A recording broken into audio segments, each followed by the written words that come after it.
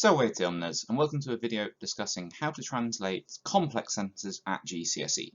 These are the kind of sentences that get introduced mostly in the Latin to GCSE Part 2 and above, so we really are talking for GCSE students only. What do I mean when I say complex sentences? Well, let's have a look. So, as you can see up here, I've got two sentences from the OCR GCSE Latin sample paper.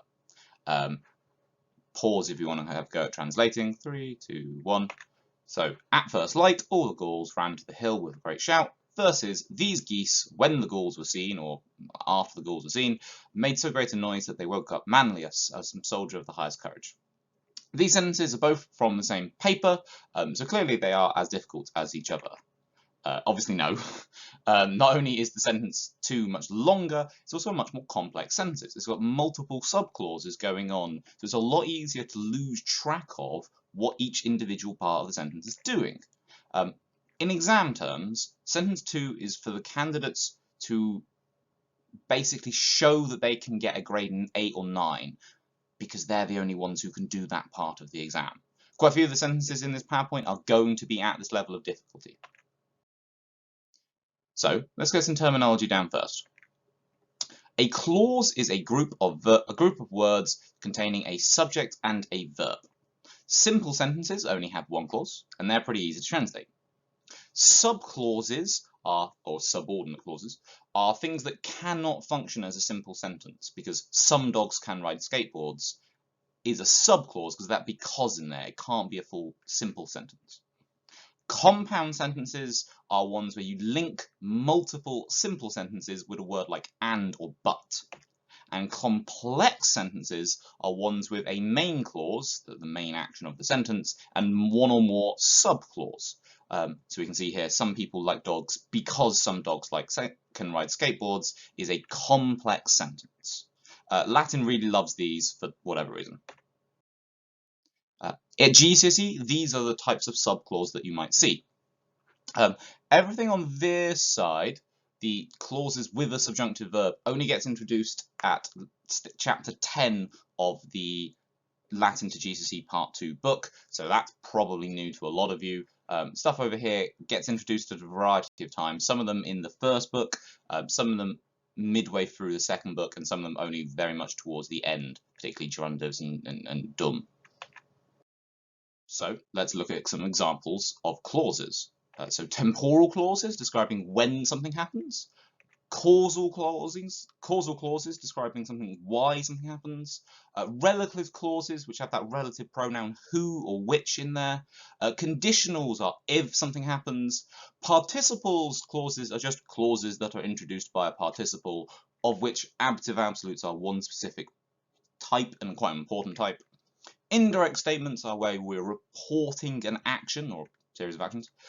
Gerundives of purpose are a very specific way of writing out purpose, to repel, for example, there. And dum with while is where a clause is introduced with dum and has an indicative verb, and it just means while something is going on. Fine. Clauses with subjunctive verbs, so we have purpose clauses where you're doing something in order that something happens. Indirect commands where someone is ordered to do something. Result clauses are when something is so X that Y happened. Fearing clauses where they're afraid that something might or might not happen. Dum until, which is where you have dum followed by a subjunctive verb, and it's until something couldn't happen, often related to purpose in some form. Cum clause, which is always going to be when, since, or although, and it's introduced by cum at the start of the sentence. And finally, your indirect questions, where you're reporting rather a question. So these are all types of clauses that we might see at GCSE. Okay, so the difficult sentences at GCSE are going to be the complex ones. The best way to deal with complex sentences is to break it up into its constituent clauses. Rather than trying to translate the whole thing at once, just break it up. How do we do that? We identify the verbs. Latin usually puts verbs at the end of its clause, so let's see if we can identify the verbs in order to isolate some clauses. So I can see that ad when it's a verb and that laborabant is a verb. This looks a fairly easy sentence, so I'm just going to try and apply it backwards like this, like Each verb goes to the end of its clause, and so I'll start a new clause after that. As it turns out, that works reasonably well. When the master arrived at the house, the slaves were working diligently in the garden. I can see that my clauses match up really nicely. I've got all the right vocab on the right side of the comma. And this is obviously quite an easy sentence, but if you can separate that relatively long sentence into two very short sentences, it's really easy to translate. Okay, so let's try that again with a different sentence. This one's slightly trickier, but let's see if we can identify all the verbs. Well, here's a slight problem. Effugere is an infinitive here, and it kind of breaks up my clause. I couldn't quite work out what's going on here. But in actuality, it doesn't. Effugere is a prolative infinitive. It follows on, because it follows a word like conor, I try to do something. Similar to words like possum and wallow, I am able to do something, I want to do something. So actually it's not a new clause, it kind of just goes in with the verb conor, which makes it a lot easier to break up into clauses, and therefore a lot easier to translate. While the guards aren't watching the door, the captives are trying to escape. Here's our main clause in black. Lovely. Contrast. Again, if we start isolating the verbs, we can see clamant and effugere. Oh, there you go. Well, that one is a problem. It's not followed by a word like conor, I want to do something. And so actually, this is an indication that we're an indirect statement. You may not have met those yet. Indirect statements are a reported statement. And so actually, if we try and identify the clauses here, we can see our main clause is just the guards shout that the captives are escaping from the camp. So actually, this is where we should break up our clauses in order to make the sentence much easier to translate. Now, for all the worry that they cause, subjunctive clauses are actually quite easy to isolate and to break up to make your translation a bit easier. The first four of them, by which I mean purpose clauses, indirect commands, result clauses, and fearing clauses, all start with an ut or nay. So in this first sentence here, if I isolate our verbs, it's actually really easy from there to break up our clauses. It starts with a nay, so it's got to just be like this. Long main sentence, very short subclause. Translation here, the young men walked into the shop so that they might not be spotted, or in order not to be spotted. Second sentence here, erat's in the middle and peterat's over there. Well, in terms of isolating clauses, again we can apply the same ut or nay, so peterat up to ut has got to be a clause, and the other part of the sentence is also a clause. Remember that sum doesn't have to come at the end of its clause, it can be wherever it really feels like. Our army was so large that the leader of the enemy was seeking peace. This is one of our result clauses. Cum clauses and dum until clauses are both really simple to spot because the cum or the dum comes at the start of the sentence. Indirect questions are probably the hardest because they can be started by any question word, and there's quite a few of them on that GCSE vocab list. You do need to make sure you know that list very well. Here, if we're trying to isolate verbs, Keller Wissant's quasi to spot. Rogati sunt might be a little bit trickier. Remember that your two-part passive verbs, so that's your perfect passive and your pluperfect passive, they're really just one verb, and so you should be treating them as I've done over here together. But then it makes this sentence quite easy to break up into clauses. The boys were asked why they had hidden the money. Much simpler if we can break that up into clauses. Commas are really useful in breaking up sentences.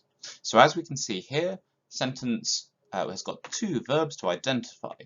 But without commas, this is actually slightly difficult to sort of break up the sentence much further, because we can't just go backwards from puni werat, because anculi really doesn't look like it describes it. If, however, we add in the commas, we can see that this must be a little clause here, beginning with quas, going up to puni werat. And in fact, it is the case. Relative clauses are usually easy to break off because you can spot it with the relative pronoun going at the top. This means that we can identify our subclause here actually goes inside the main sentence. If you find something like this, personally I would recommend translating the main sentence first. The bit outside the brackets, the slave girls weren't listening to the messenger's words. What kind of slave girls? The slave girls whom the mistress had punished yesterday.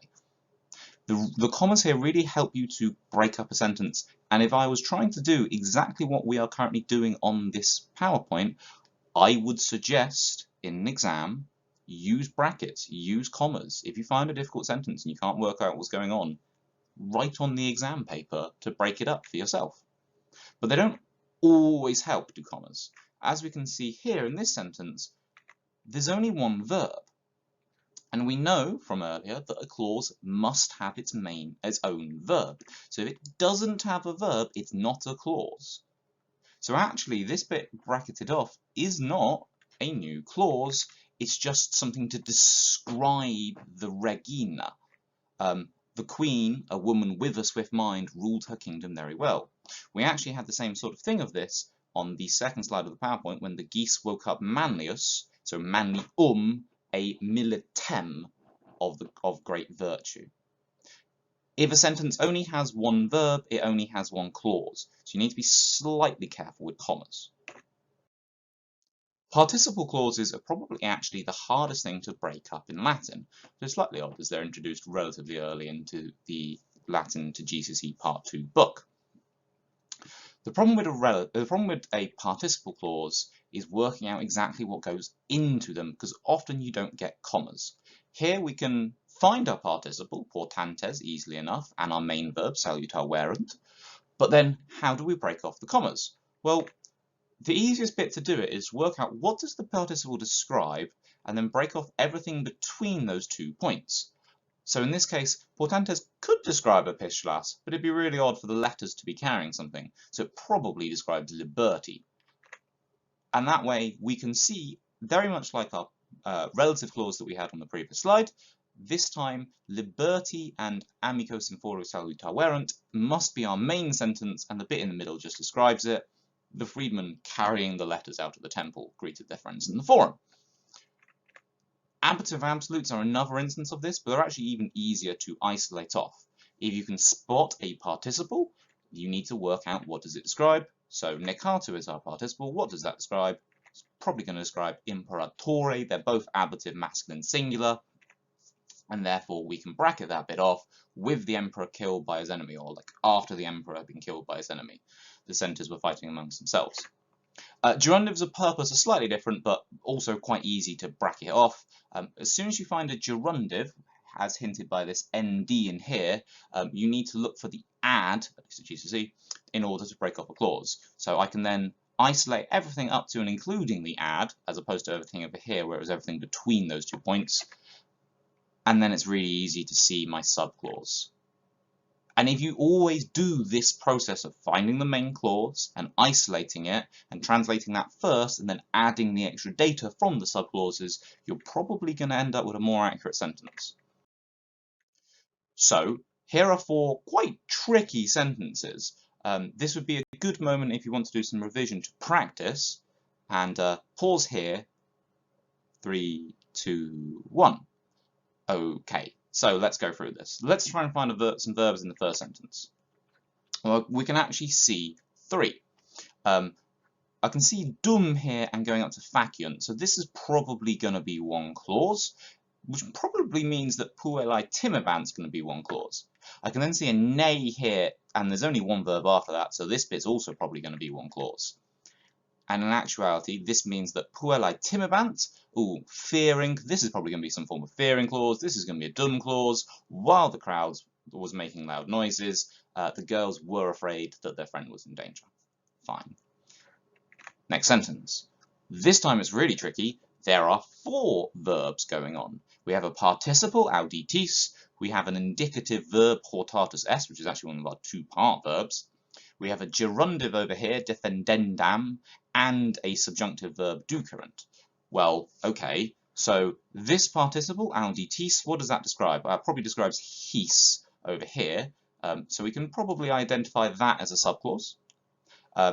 We can see an ut here, but it can't be all of this bit because there's a verb in here. Well, we know that with a gerundive we have to find an ad, so that's probably going to be a subclause, so the bit outside of that might be a subclause as well, and thus it ends up.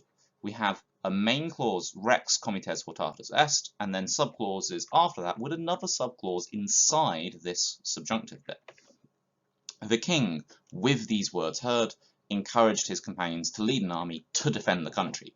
Very complicated sentence, but if you break it down into each individual bit, they're all quite short to translate.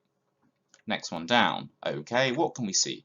Well, this time we have a present participle. a indicative verb, another indicative verb, that's concerning, and then we've got two infinitives in a row.